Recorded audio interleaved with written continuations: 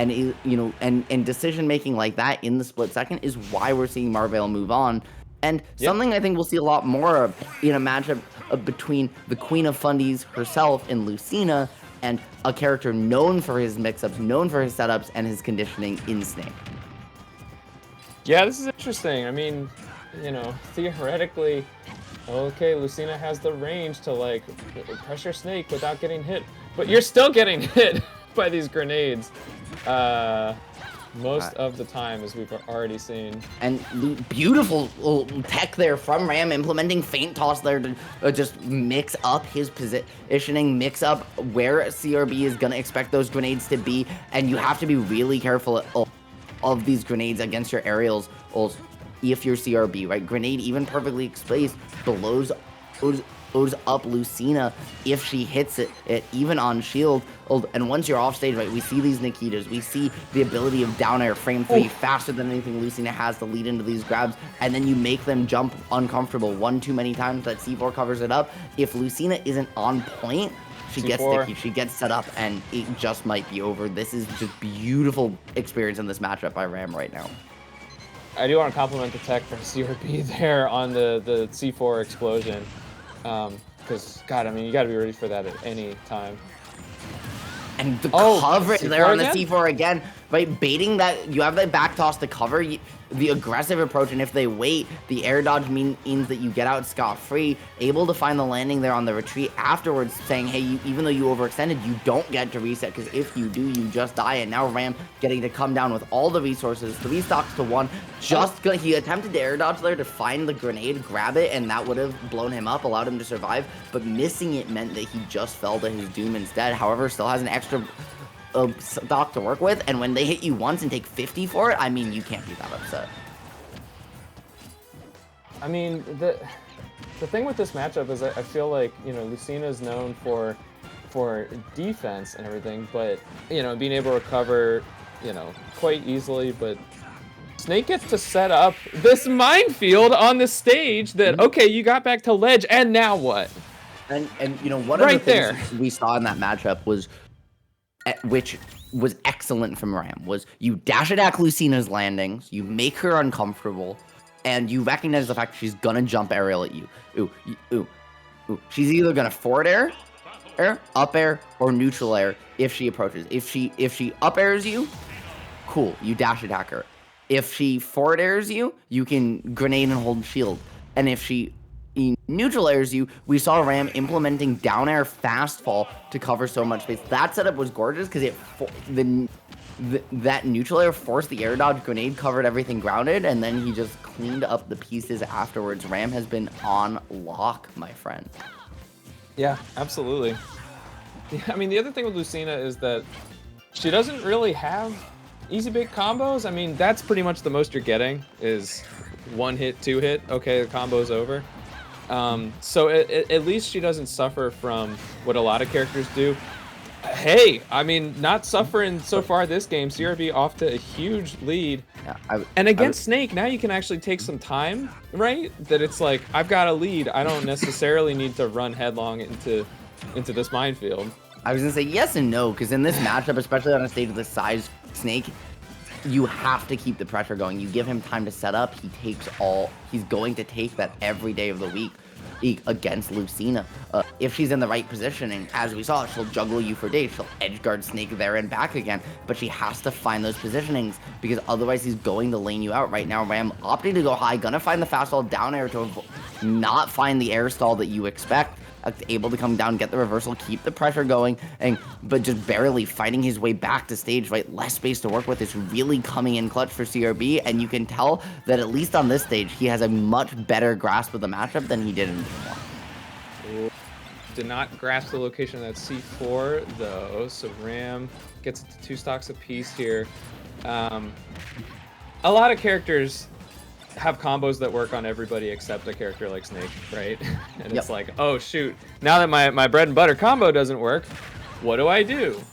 Lucina doesn't super have that problem, I think, just because that's not really her game plan anyway. But she does have that problem of her spacing doesn't work. She can't just safely pressure you on shield, because if you're holding grenade, you will get hit. Ram there looking for the eye out to find the back air, or EIN, though you only find the up air, and Ram not recognizing it, so giving CRB an extra chance. However, slowly clawing this back, right? He was down a full stock, and now this game is just about even. The Dolphin Slash not going to close it out, but with the edge guard situation on lock, a missed tech is going to spell disaster for CRB, and just like that, that lead slipped through his fingers.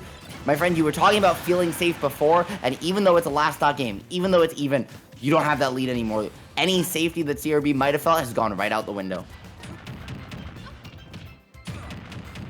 The jab lock? Okay, we lost Mr. Patch, I think. But the pressure is just gonna keep going up. You're back now, but we didn't hear anything you just said, unfortunately. Yeah, I tapped my mic. Is gonna keep going on. Ram looking to call it a jump, just doesn't manage to find it. These two are swinging for the fences, but it's Ram with the comfort as this starts to go down to the wire. CRB is, you can see him, right, looking for every read, every opportunity to steal this stock away, because he's just not finding the openings to get these corner situations consistently. This is his chance with the juggle, but mistiming the back air because it's active for just so long, and now he just might be running out of ground. One more chance. This is so tight. CRB has gotten back in this, and Snake is pretty vulnerable having to recover straight up like that. But Ram is able to get back. This is another lease on life. A great coverage there from both players. I love the way CRB delayed the Dolphin Slash to bait the Nikita past him, but a lot of Snake players there are going to try to lock in that Nikita, cover it afterwards, and scoop you back up on the late hit, but Ram just immediately saying, okay, you didn't fall for it, I'm going to cancel it, and I'm just going to up smash, expecting you to just still be in that mindset of, okay, I was so patient to get to ledge, I got to rush out of ledge before he can reset, not recognizing, hey, Snake controls that end lag, he's already been out of it for a second, but you're going to see it here again. As soon as CRB was breaching that plane, we saw it in that clip too, with that C4, we already would see Ram cancel it. We'd already see him move on to the next thing and cover those panic options that you do when your opponent is like, okay, I just worked so hard to get to ledge, I'm probably fine, right? Their edge guarding broke down, I can get off ledge and ledge trap effectively. Ram, though, was already ready to cover that, and that was just the one thing that CRB didn't have an adjustment ready for. Totally agree. I think you broke it down great. I mean, I always like being able to see adjustments, right? After a game one, nothing really go well. Nice to see game two, things kind of turn around, which absolutely was happening with CRB. But good set play from Ram, honestly. Yeah, and that wave dash, right? Snake actually can't full hop to small battlefield platform. He can only wave land or throw out a back air, both of which same amount of end lag frames, 8 frames of end lag, so about just over, like a 7th of a second, 8th of a second, something like that. And that jump back was so smart, but once again, right, I mentioned it earlier, you see, as soon as he crosses that plane, Ram canceled it. By the time you're out of Dolphin Slash end lag, you're already getting covered by that up smash. If you don't buffer the jump, if you buffer the roll, Snake can pivot that grab on reaction. Beautiful checkmate on Ram there. We're gonna see him moving on. But speaking of checkmates, speaking of breaks, speaking of adjustments, this is a good time for y'all to do some yourself. Get some water, whatever, and check out Fireside Open happening on the College Ave Student Center over in New Jersey on December 2nd. Hey, that's this weekend at 3 p.m. Go over to start.gg/FO23 and register today. That's at Rutgers University, I believe. We also have the New Jersey Smash Circuit is rapidly coming toward the final leg of this season, ending on December 22nd. There's a $2,500 prize pool. I believe this is all a culmination of lots of different events throughout the state and throughout the region. Mm-hmm. So keep an eye on that. And hey, I mean, you got time to still qualify, get some points in the circuit. Absolutely, and while you're at it, the spearheads of the New Jersey East Smash Circuit and of the Tri-State Smash scene as a whole, Collision Series, please go support them on Twitter, here on Twitch, and over on YouTube. Collision Series TV for Twitch, Collision Smash on Twitter, and Collision Series on YouTube. They do so much work, some amazing content, and while you're supporting them, you should register for this here local fusion every week. over in Rahway, New Jersey at startgg/fusion. And keep an eye out for a collision, like the big one, the major, coming up in March as well. We also have Xeno Weeklies. I believe this is it's in New York, hosted by the House of 3000 every Wednesday. And I actually don't know if I know the full story here, but I believe the venue maybe closing.